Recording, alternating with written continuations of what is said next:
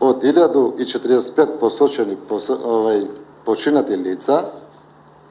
од службите е потврдено дека само 202 се во избирачкиот список, додека сите други ги нема во избирачкиот список, што значи дека согласно утврдената методологија во Државната изборна комисија во соработка со другите органи вклучени во водењето на избирачкиот список, методологијата функционира, системот функционира и фактички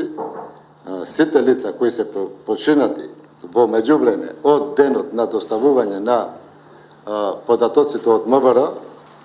до денот на одржување на изборите, само 202 лица е под сомнение дека се починати и се наоѓаат во избирачкиот список. Согласно оваа фактичка состојба, би требало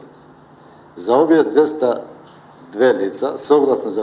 заклучокот што го донесовме синоќа, треба да упатиме писмо до Управата за водење на матичните книги, именично,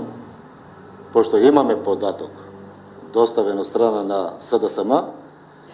дополнително да проверат дали овие лица се починати или не.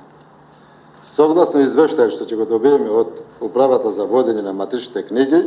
Државната изборна комисија треба да превземе соодветни действија во однос на бришење или пак не бришење или оставување, како што избирачкиот список сега, да продолжи понатака.